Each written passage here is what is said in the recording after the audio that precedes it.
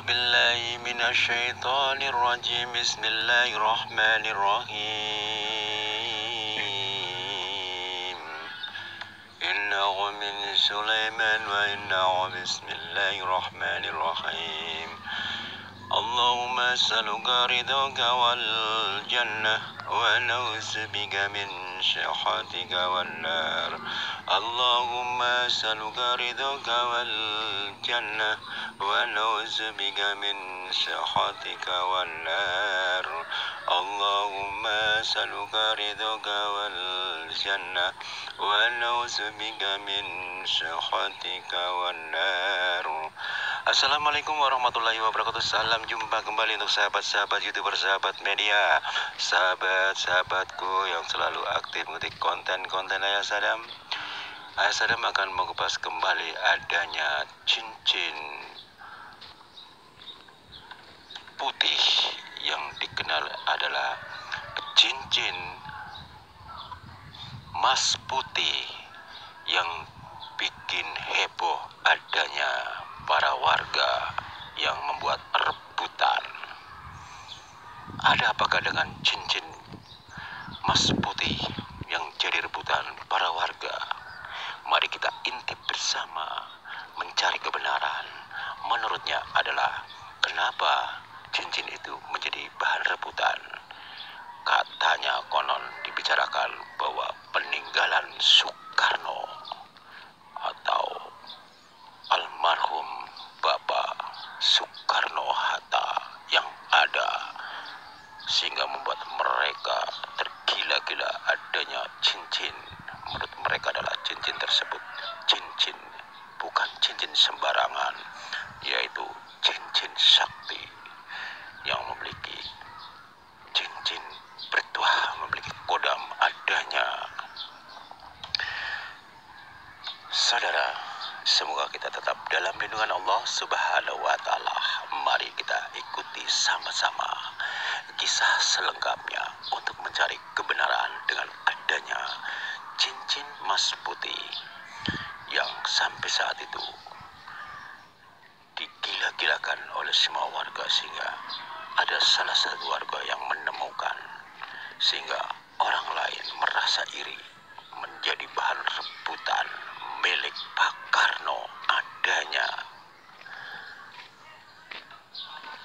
Saat itu jam menunjukkan jam 7 pagi lewat 15 menit waktu Indonesia belahan barat. Ditemukan adanya cincin berwarna putih, yaitu emas putih. Ditemukan oleh seorang pemuda usia 25 tahun. Kebetulan si pemuda itu sedang berjalan-jalan di mana adanya balongan. Tiba-tiba si pemuda sangat kaget dikejutkan adanya suara kelenting jatuh dari atas pohon menjatuhi kepalanya dia. Lantas ditangkaplah cincin itu. Ternyata apa yang dia dapat ternyata cincin putih, yaitu cincin emas putih yang ada. Lantas si pemuda itu mengatakan sendiri, dia bergumam bahwasanya, wah, kalau tidak salah ini adalah cincin peninggalan Pak Karno. Beliau sudah meninggal, kenapa masih ada cincin? Dia kemana-mana ya? Sedangkan cincin ini jatuh dari pohon, tiba-tiba menjatuhkan kepala saya. Lantas si cincin itu tiba-tiba bergerak sedikit, membuat si pemuda itu kaget dibuatnya. "Ah, kenapa kau bergerak?" kata si pemuda itu. Tiba-tiba si cincin itu bersuara, "Saya adalah kodamnya. Kalau memang ini sudah milik Anda, pakailah cincin itu. Anda akan mendapatkan petunjuk melalui mimpi di cincin itu," kata si suara tanpa wujud mengatakan demikian. Lantas si pemuda itu memang kebetulan Kebetulan si pemuda itu memang orang yang ahli ibadah, sehingga sedikit banyaknya dia mengetahui selalu berdoa kepada Allah, ya Allah, berilah petunjukmu ya Allah, kalau memang niat ini baik buat saya, biarkanlah saya pakai. Akan tetapi kalau memang cincin ini tidak berguna, tidak bermanfaat, akan menimbulkan keburukan, jauhkanlah dari pandangan saya ya Allah. Ternyata cincin itu memang masih ada di tangannya. Dia tidak pergi sama sekali. Tiba-tiba ada suara kembali, anak muda, jangan kau ragukan, itu sudah menjadi hak Anda. Lantas disitulah si pemuda merasa tenang. Dipakailah cincin itu dengan kalimat Bismillahirrahmanirrahim. Allahumma as'aluka ridhoka wal jannah wa na'udzubika min syahwatika wan nar. Allahumma as'aluka ridhoka wal jannah wa na'udzubika min syahwatika wan nar. Allahumma as'aluka ridhoka wal jannah wa na'udzubika min syahwatika wan nar. Bismillahirrahmanirrahim. Masmi fil ardi wa huwa sami'un alim. Ya Allah, sambil meniup cincin tersebut, dia mengatakan, ya Allah, kalau memang benar ini ikhlas rezeki dari Engkau, akan saya pakai. Kalau memang ini menimbulkan keburukan, jauhkanlah dari pandangan hamba ya Allah. Saya niatkan Engkau akan memakai cincin ini. Ternyata berhasil cincin itu dipakai si pemuda itu. Lantas si pemuda itu kembali pulang ke rumah, berbicara dengan beberapa kawan dekatnya. Disitulah terjadi mereka berbicara dengan serius. Lantas satu kawannya mengatakan, wah, hebat juga loh, pagi-pagi benar dapat rezeki. Lantas satunya sambil mengamati teman ketiga, bang, abang ingat gak bang, ini cincinnya almarhum Pak Karno nih.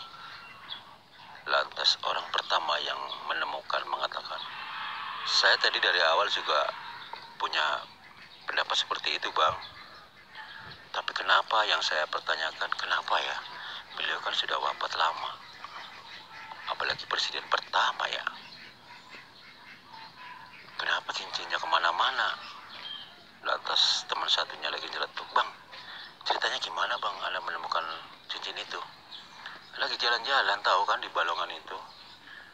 Tiba-tiba ada sesuatu jatuh dari atas pohon menjadi kepala saya. Tapi herannya, saya kok bisa spontanitas refleks, tangan saya langsung menangkap. Dia jatuh di atas kepala saya. Lantas saya perlihatkan, wah, ternyata cincin. Nah disitulah saya langsung tanggap, jangan-jangan ini punya Pak Karno almarhum. Masa iya, beliau kan sudah wafat. Lantas disitu saya niat karena Allah. Lantas ternyata memang barangkali rezeki saya kali ya, saya pakai. Lantas pulang, ya ini ketemu kalian, kata si pemuda itu mengatakan demikian. Makin lama makin banyak kawan-kawannya, para warga berkumpul. Ada apaan nih rame-rame? Kata beberapa warga hadir ke situ. Lantas mereka nimbrung satu sama lain. Yang satu katakanlah orang yang ekonominya katakanlah sukses mengatakan, bang, gini aja bang, ini cincin kayak bagus. Maksudnya ini cincin langka, kayaknya punya Pak Karno. Kalau boleh samaharin berapapun akan saya bayar. Dia bilang mengatakan demikian. Lantas si pemuda itu mengatakan, mohon maaf bang, bukan saya nggak butuh duit, bukan saja saya tidak mau melepaskan ini untuk abang. Kita kan baru saja menemukan cincin itu. Jadi saya pengen mengetahui riwayatnya dulu seperti apa. Karena tadi ada satu amanah, ada suara tanpa wujud di cincin ini. Pakailah cincin itu, nanti kamu akan mendapatkan petunjuk. Seperti itu bang. Makanya saya bukan berarti nggak mau nih, mohon maaf, kata si abang orang pertama yang menemukan cincin mengatakan demikian. Setelah 1 minggu, orang tersebut yang minat dengan ingin memaharkan uang datang kembali. Padahal sebelumnya si pemilik cincin itu sudah dapat masukan banyak sekali. Intisarinya adalah bila kau pakai cincin itu, insya Allah, sebelum saya melanjutkan pembicaraan, jangan kau anggap ini ada Tuhanmu, nauzubillah. Ini hanya sebagai perantara. Pakailah terus.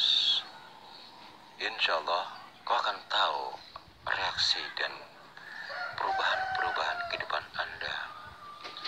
Lantas ternyata memang dalam 1 minggu itu si abang itu memang kebetulan pekerjaannya adalah bisnis di pembangunan, sehingga banyak orang memberikan job proyek, sehingga walaupun hanya baru 1 minggu adanya, dia sudah memegang beberapa proyek yang ada, sehingga banyak karyawan, semakin banyak karyawan yang dibutuhkan. Disitulah dia terpandang. Tiba-tiba si pemuda, salah satu warga yang awalnya dia ingin memaharkan, dia mencari-cari adanya di mana keberadaan si pemuda pemilik cincin itu. Tanpa disengaja mereka bertemu di tengah jalan, sedangkan si pemuda pemilik cincin memang berniat sedang bertugas keliling untuk mengawasi di mana adanya proyek berada. Disitulah mereka terjadi obrolan kecil. Lantas si abang yang pemilik cincin mengetahui adanya dia berjalan berpapasan. Assalamualaikum warahmatullahi wabarakatuh. Lantas mereka berkumpul, berbicara kecil. Lantas dijawab oleh orang yang baru datang yang minat dengan cincin yang dia miliki. Waalaikumsalam warahmatullahi wabarakatuh. Lantas dilanjutkan pembicaraan. Bagaimana bang dengan cincinnya? Bisa saya maharin? Minta berapa? Aku bayar. Kata si abang tersebut mengatakan demikian. Lantas si abang menjelaskan kembali dengan lugas. Begini bang, ini kan saya sudah dapat amanah nih melalui petunjuk. Yang namanya amanah kan harus dijaga, tidak boleh lepas dari tangan orang lain. Saya harus memakainya. Ini mohon maaf bang sebelumnya, karena ya sedikit banyak saya mengetahui pengalaman. Barang siapa yang memiliki barang tapi bukan haknya, dia akan kembali kepada pemilik utama. Saya khawatir pada saat Anda memberikan uang pada saya, jelas-jelas uang itu besar misalnya, saya pakai, tapi cincin itu kembali ke saya lagi tanpa sengaja. Apakah tidak akan bikin masalah baru? Apa katanya? Dan bagaimana dengan Anda sudah mengeluarkan uang besar? Lantas orang kedua yang peminat cincin mengatakan, masa sih bang? Lah, Anda tadi kan udah bilang ini kayaknya milik Pak Karno. Dan waktu itu kan saya bilang cincin ini ada suara tanpa wujud. Dia mengatakan itu hak kamu. Berarti saya harus memakainya, bukan orang lain. Artinya cincin ini bukan cincin biasa, cincin berkodam bang. Jadi kodam itulah yang akan kembali kepada saya, karena saya yang hak orang utama. Lantas si abang itu kebingungan. Gimana ya? Kata si abang itu yang punya minat. Ya begitulah bang. Andaikan hanya cincin biasa, barangkali kalau memang saya minat, saya lepas, itu gak ada masalah bang. Lah ini bertuah bang. Kalau abang bayar sekian juta, sekian miliar misalnya, tiba-tiba cincin itu menghilang, abang kaget, pasti lapor ke saya. Kok cincin baru berapa hari hilang bang? Saya kan udah bayar mahal. Lah bagaimana nanti abang? Kan bisa bikin masalah juga. Padahal cincin ini bisa kembali ke saya lagi. Ini saya ngambil pengalaman bang. Saya dengan Anda, kita kan tetangga, jangan sampai kita punya masalah.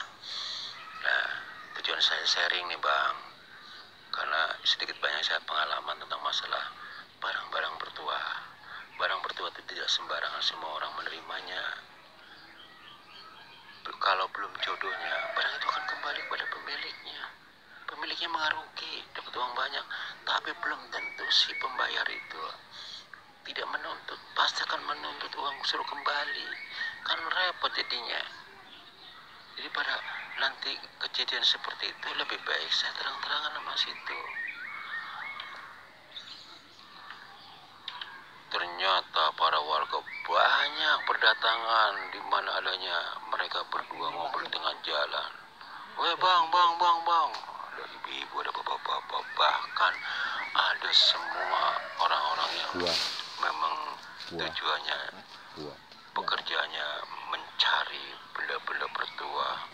Katakanlah kebiasaan mereka disebut adalah seorang pencari barang antik atau kolektor yang ada. Mereka banyak sekali berdatangan dengan para warga. Assalamualaikum. Salah satu kolektor memberikan salam. Waalaikumsalam warahmatullahi wabarakatuh. Iya pak, ada apa pak? Mau bertemu dengan siapa? Lantas si bapak itu bertanya kepada orang satunya yang baru sampai, yang mana yang punya cincin? Ya itu dia yang memberi salam. Oh bapak yang punya cincin. Lantas si abang itu mengatakan, iya pak, ada apa pak?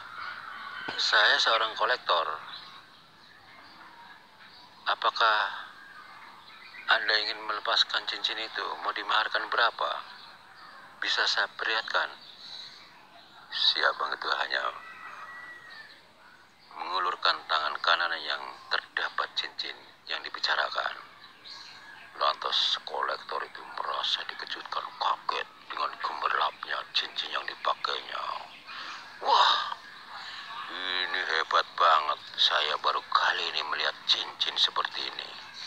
Tapi kalau saya perhatikan secara saksama, ini tidak lepas dari pemilik peninggalan almarhum Pak Karno, kata si salah satu kolektor mengatakan demikian.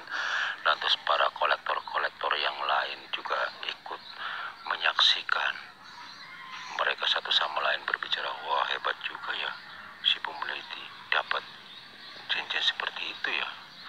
Sulit loh, kita nyari susah. Masing-masing bicara dengan kalimat senada. Semua kolektor yang ada, termasuk para warga, bicara dengan kalimat senada. Di mana bang? Kata orang kolektor pertama mengatakan demikian. Mau dilepas nggak? Saya akan maharkan berapa aja yang kamu mau.